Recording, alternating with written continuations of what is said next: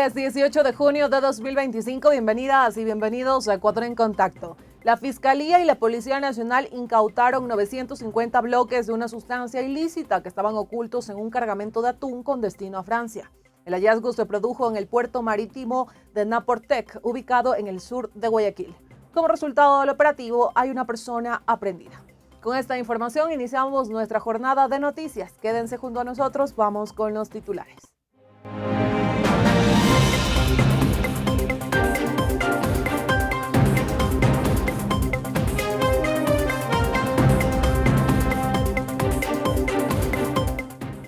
Comisiones se disputan la fiscalización de los contratos de Progen. La desnutrición crónica infantil sigue afectando al 19.3% de niños menores de 2 años en Ecuador. 6 de cada 10 mujeres han experimentado algún tipo de violencia en nuestro país. Ya venimos con este recorrido noticioso, amigos y amigas. Conservar el ecosistema es un deber. ¿Pero sabías que la principal especie en extinción es el ser humano? Cuidarlo es responsabilidad de todos y todas. Corape, por la vida. Iniciamos y tras el anuncio del presidente Noboa sobre la terminación unilateral del contrato de la empresa Progen con el Estado, la Asamblea Nacional acogió esta situación para iniciar un proceso de fiscalización. De esta forma, la Comisión de Garantías Constitucionales solicitó tratar este proceso. Sin embargo, el Consejo de Administración Legislativa lo asignó a la Comisión de Transparencia y Participación Ciudadana. Así lo señaló quien la preside, la asambleísta de ADN, Diana Jacome. Quiero manifestarles que ha llegado a nuestro conocimiento que la Comisión de Garantías Constitucionales pretende fiscalizar un proceso que el propio Consejo de Administración Legislativa ya remitió mediante resolución a la Comisión de Transparencia, comisión la que es actualmente presido, una comisión en la que estoy presidiendo. Por lo tanto, nosotros continuaremos con este proceso de fiscalización. Además, la propia Comisión de Transparencia abocó conocimiento de este tema. En ese sentido, la Comisión de Garantías Constitucionales no puede tratar este tema. Jacome exhortó a los asambleístas de la Mesa Legislativa de Garantías Constitucionales, en su mayoría correístas, que respeten la normativa y la decisión del CAL. Y es un poco lamentable saber que no se respeta la normativa. Es clara la Ley Orgánica de la Función Legislativa que establece en su artículo 26 que cuando una comisión conoce de un proceso de fiscalización, se debe respetar este tratamiento. Otra comisión no puede intervenir en el conocimiento del mismo tema, ni tampoco podrá llamar a autoridades y demás servidores. Con relación a las comparecencias de las autoridades responsables, la legisladora Jacome aseguró que tendrán un proceso transparente. Porque la Comisión de Transparencia, la cual presido, tiene conocimiento y abocó conocimiento de la fiscalización del proceso contractual de Progen. Como le menciono, nosotros hemos recibido la información, vamos a analizarla, haremos el cronograma de comparecencia de autoridades para proseguir con este proceso y daremos el informe que corresponda conforme a la Ley Orgánica de la Función Legislativa. ¿Van a fiscalizar a su propio gobierno? Nosotros cumpliremos con lo que nos establece la normativa. Ante lo ocurrido con la empresa Progen, el asambleísta de Revolución Ciudadana Blasco Luna presentó al Pleno una moción para que se dé paso al proceso de fiscalización a estos contratos enfocados en proveer de energía al país. Sin embargo, esta petición no tuvo los votos necesarios, dejando a la espera de que una de las comparecientes sea la ministra de Energía, Inés Manzano. Con este tema pasamos de inmediato a otras noticias. ONU, Mujeres y el Ministerio del Interior ratificaron su compromiso en la capacitación de miembros de la policía para reforzar su conocimiento en el manejo de casos de violencia hacia las mujeres, femicidios, entre otros. Bajo este contexto, el ministro John Reinberg destacó que en Ecuador 6 de cada 10 mujeres han experimentado algún tipo de violencia. Nicole Mendoza preparó un reporte y nos cuenta un poco más acerca de esta realidad. Corape informa. Y el país integra. A través de la suscripción de un memorando de entendimiento, el Ministerio del Interior y ONU Mujeres consolidaron su alianza estratégica para el fortalecimiento institucional a través de la capacitación con un enfoque de género en políticas públicas y operativas. Así lo expresó Alison Vázquez de ONU Mujeres Ecuador, quien agregó que han sido 60,000 los miembros policiales que han recibido esta formación. Y lo que hemos hecho más que nada es en fortalecimiento de la institucionalidad, capacitación en todo lo que tiene que ver con atención, protocolos, tratamiento de los casos de violencia. Tenemos indicadores y cada año hacemos el monitoreo de las acciones. De hecho, hace un momento se hacía la presentación de que, por ejemplo, hemos capacitado cerca de 60,000 personas ya en la policía alrededor de durante todos estos años de trabajo. Alison resaltó que la situación de violencia en el país se ha desatado ante la presencia de grupos de delincuencia organizada, la cual ha impactado también en la vida de las mujeres. En estos últimos años, como ustedes saben, esto ha sido agravado con el crimen organizado y los eventos de violencia que tenemos en el país y también las modalidades de la violencia contra las mujeres relacionadas con esto ha cambiado. Entonces, nuestra idea es actualizar estas formaciones, capacitaciones, trabajar en seguridad ciudadana, todo lo que tenga que ver con la prevención, conocimiento, entendimiento de los casos de las mujeres que están en riesgo, poder prevenir de alguna manera estos casos de violencia hasta llegar a femicidio, que realmente las cifras de femicidio en el país son alarmantes y crecen muy rápido. Entonces, la idea es tratar de prevenir, tener sistemas de alerta temprana y obviamente una capacidad de la policía y de las personas que las atienden en primera instancia que sea de calidad, con respeto, con igualdad de género. Por su parte, el ministro del Interior, John Reinberg, afirmó que se intensificará la presencia y el trabajo de la policía para combatir cualquier tipo de violencia hacia la mujer. Trabajar en conjunto, ONU Mujeres y nosotros de la mano con el Ministerio de la Mujer es fundamental. Que vean las acciones como ellos mismos lo han dicho en su discurso. Acciones que el Ministerio del Interior y la Policía Nacional ya lo han venido haciendo y queremos hacer más, queremos intensificar para poder combatir el femicidio, poder dar el respeto que merece y eso lo vamos a hacer comprometidamente. De esta forma, el ministro Reinberg reconoció que la realidad en el Ecuador es alarmante, ya que 6 de cada 10 mujeres han vivido algún tipo de violencia a lo largo de su vida. Reportó Nicole Mendoza, Corape Informa.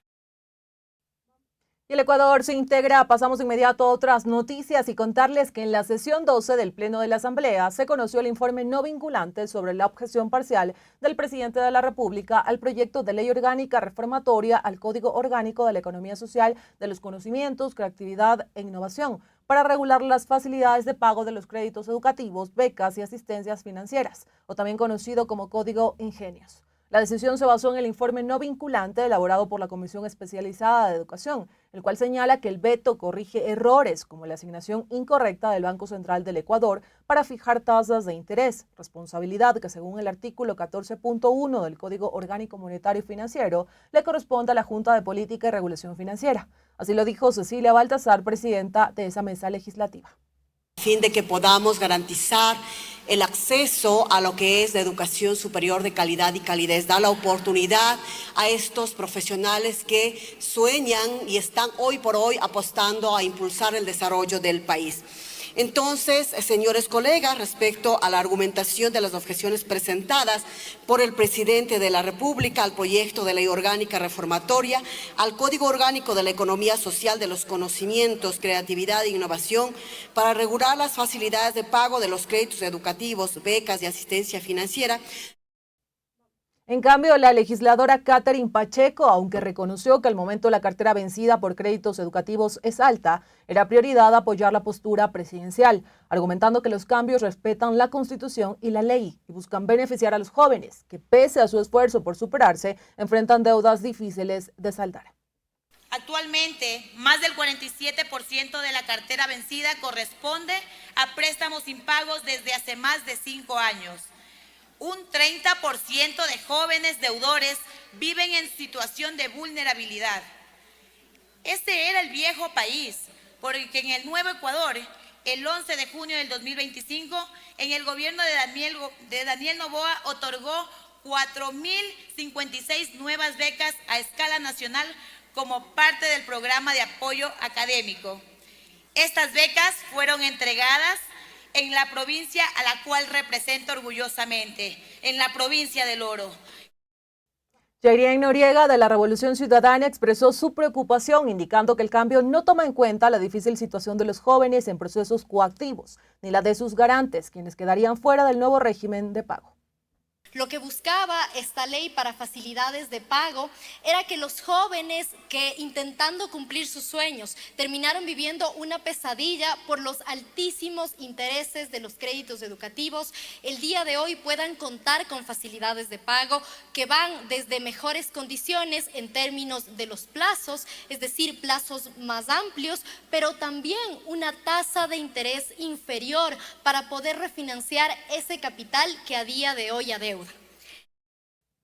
Con la propuesta del Ejecutivo, la tasa de interés para refinanciar estas deudas será del 7,50%, en contraste con el 5,49% planteado originalmente a través del Banco Central de Ecuador.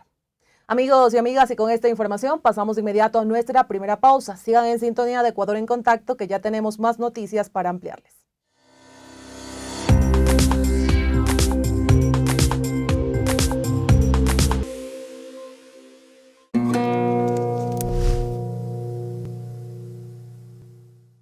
Mi nombre es Luz Delván y esto es El Útero.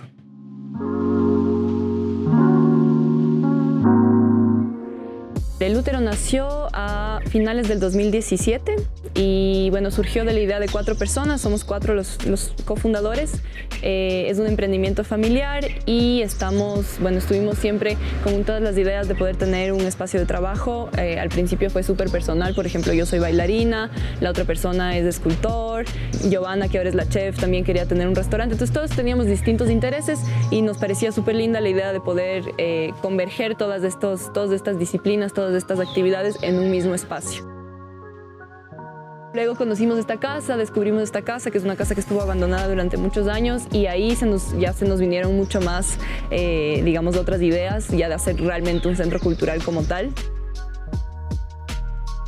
El Útero es un espacio sociocultural porque no creo que generamos solamente arte, sino que también generamos espacios sociales, espacios de diálogo, espacios de encuentro. Trabajamos con artistas que llamamos residentes, que si bien no viven aquí, trabajan aquí todos los días y tienen sus espacios privados de creación. Entonces, por ejemplo, trabajamos con artistas visuales, artistas plásticos, artistas escénicos.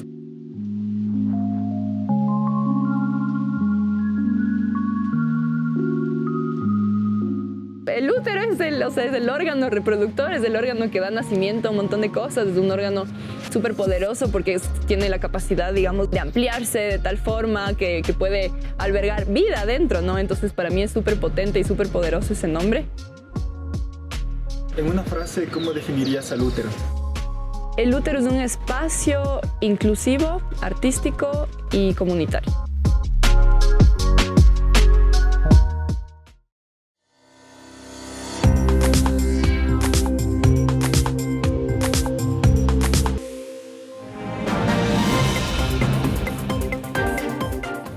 Amigos y amigas, estamos de regreso para continuar con más noticias a través de Ecuador en Contacto en su segunda emisión. Y contarles que con 81 votos a favor, el Pleno de la Asamblea, continuando en la sesión número 12, decidió allanarse a todas las objeciones presentadas por el presidente de la República al proyecto de ley para garantizar los derechos laborales de las personas con discapacidad, enfermedades raras o catastróficas y sus sustitutos. El asambleísta oficialista Egner Recalde destacó que esta ley presenta un avance significativo en la protección de una población históricamente marginada.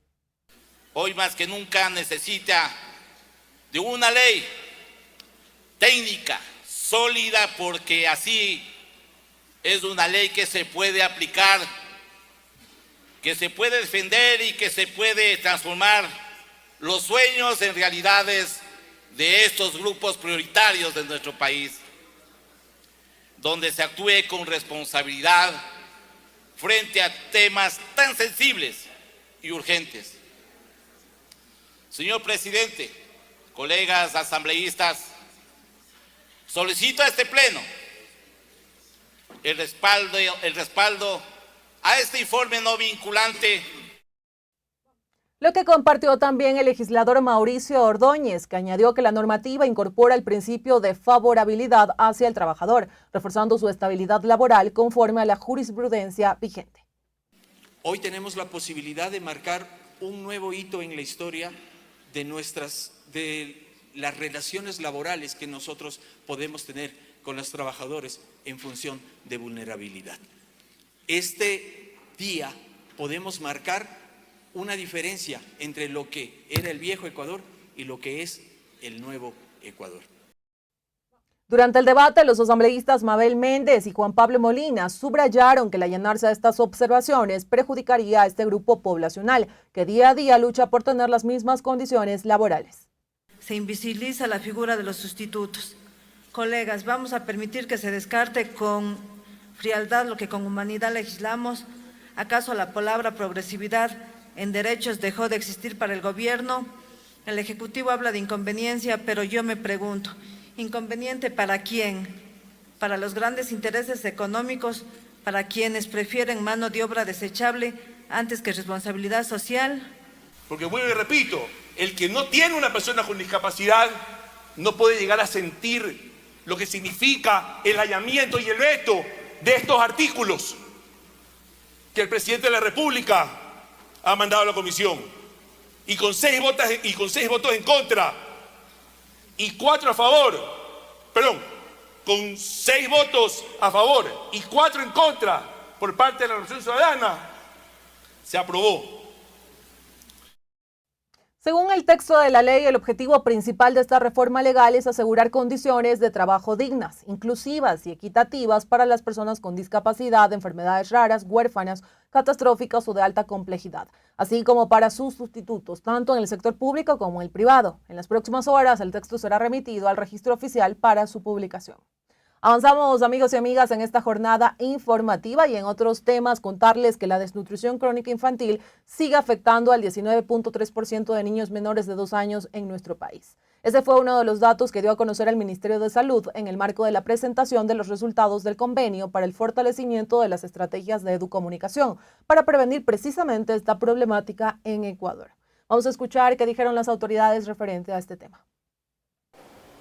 Sin embargo, también somos conscientes que atacar la desnutrición no solo está vinculado a un plan de nutrición, sino a otros factores como la educación, mejorar el entorno social y la información que reciben las familias sobre el cuidado y protección en la primera infancia. Ecuador no puede continuar con cifras negativas en este tema.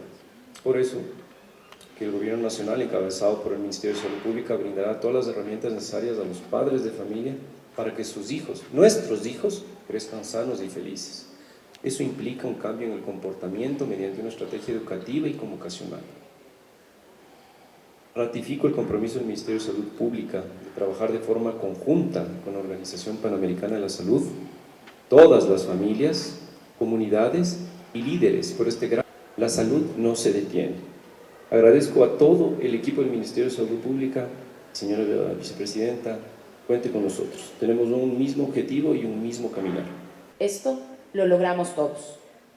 El empresario que decide apoyar a una comunidad, la universidad que investiga, el medio que amplifica la causa, el joven que se suma como voluntario, el gobierno local que priorice el agua sobre el cemento.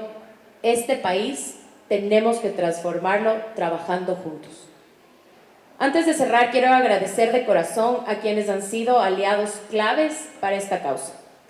A la Organización Panamericana de la Salud por su acompañamiento técnico y su compromiso constante. Salud se construyó material educomunicacional que ha permitido justamente fortalecer estos conocimientos a nuestro personal del Ministerio de Salud Pública, así como a la población en general. Estas acciones, cuando son constantes y culturalmente adaptadas, pueden cambiar prácticas familiares que perpetúan la desnutrición crónica infantil. Educar, informar y movilizar son pasos fundamentales para lograr cambios sostenibles en la salud y en el futuro de nuestros niños. Amigos y amigas, continuamos con más noticias a través de Ecuador en Contacto y ahora les presentamos temas que llegan desde Cotopaxi. Y es que para el abogado constitucionalista Eduardo Vargas hay una latente preocupación frente a la ley de inteligencia en Ecuador, argumentando que la normativa podría entrar en conflicto con la Ley Orgánica de Protección de Datos Personales vigente en nuestro país. El reporte de este tema llega gracias a nuestra compañera Paulina Balseca de Radio La Tacunga. Veamos.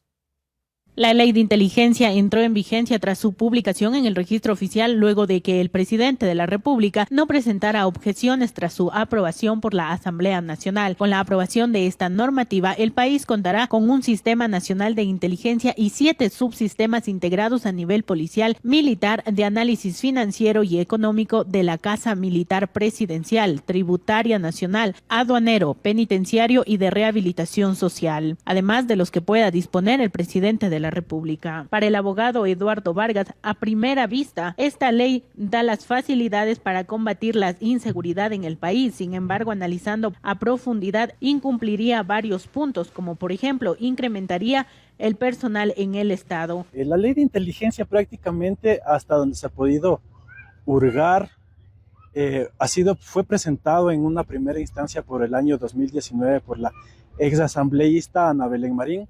La apreciación en primera instancia puede ser buena, puesto que para la realidad del país, la dura realidad del país, se necesitan también respuestas duras, respuestas concretas, y eso es lo que la ley de inteligencia lo ha hecho, a pesar de que se tiene que seguir el debido proceso, culminar con el debido proceso, que en última instancia podría dirimir la existencia real y larga la Corte Constitucional. Nos vendieron la idea de que se va a achicar el Estado. Esta ley de inteligencia mejor lo agranda. ¿Por qué?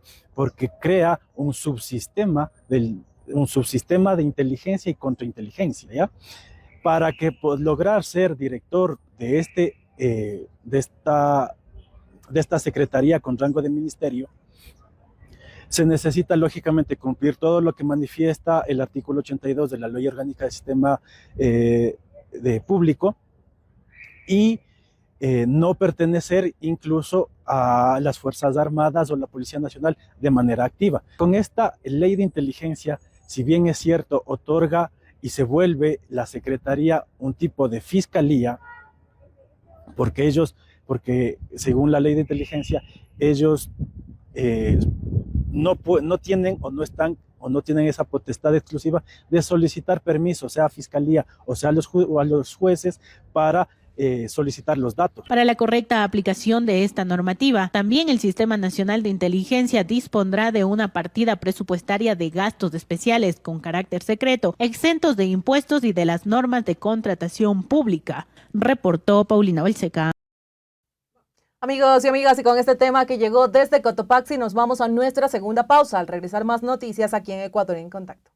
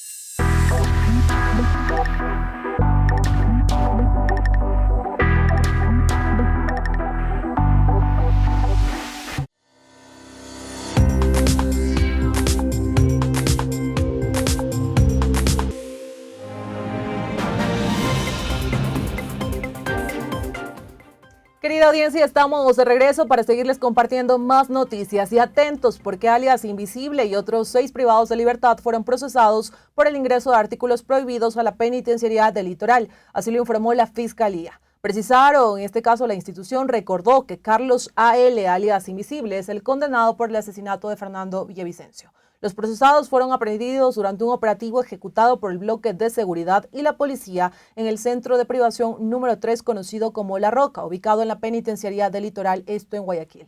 La intervención se llevó a cabo en varios pabellones del centro reclusorio y permitió el decomiso de 7 teléfonos celulares de alta gama que fueron encontrados en posesión de un número igual de internos. Los implicados en este caso entregaron los dispositivos al personal militar y se acogieron al derecho al silencio. Y con este tema pasamos de inmediato a detalles internacionales gracias a la DW en español. Y es que el conflicto bélico entre la República Islámica de Irán e Israel va en aumento. Este último afirma estar en vías de eliminar el programa nuclear iraní. ¿Pero qué queda tras los ataques? Conozcamos más en el reporte de la DW. Tiendas cerradas en Teherán con calles como esta completamente desiertas. Muchos comerciantes han abandonado la capital iraní porque es uno de los principales objetivos de Israel. La población se abastece de alimentos en los supermercados aún abiertos. Muchos clientes están preocupados. Tienen miedo de verdad. Cuando oyen los bombardeos se asustan. Hace un momento tuvimos una clienta que estaba realmente asustada. Lloró y salió de la tienda a toda prisa. Ahora solo queremos salir de Teherán para estar más seguros. Nos dijeron que evacuáramos Teherán y eso ha creado una especie de miedo en todos. La gente siente que algo realmente malo puede ocurrir en la ciudad. Por eso queremos irnos a otro sitio de momento hasta que las cosas se calmen. Los ataques israelíes se dirigen contra instalaciones militares y bases de la Guardia Revolucionaria. La mayoría de ellas, junto a las fábricas más importantes, se ubican en el área metropolitana de Teherán. Bombardearon también instalaciones nucleares que producen uranio apto para armas nucleares, el puerto de Bandar Kangan en la provincia de Bushehr y una refinería en el mayor yacimiento de gas del mundo, el South Parts, en el Golfo Pérsico. Nuevos ataques contra la capital Teherán y los yacimientos de gas y petróleo del sur del país podrían dañar aún más la economía iraní y dificultar la vida de la población que lleva años luchando contra la pérdida de valor de la moneda local, el rial. La inflación en Irán ha aumentado de forma significativa desde principios de año. En abril alcanzó el 32,8%, o lo que es lo mismo, los bienes y servicios se han encarecido un tercio de media en un año. Irán depende del petróleo y el gas y los ataques a sus grandes yacimientos no hacen sino agravar la mayor y más larga crisis económica de su historia moderna. Amigos y amigas, y con este tema internacional nos estamos despidiendo. Estamos cerrando nuestra segunda emisión de Ecuador en Contacto. Gracias por acompañarnos en este miércoles mitad de semana. Recuerden seguirnos en nuestras diferentes redes sociales y por supuesto continuar suscribiéndose a nuestro canal de YouTube Corape Digital TV. Un abrazo.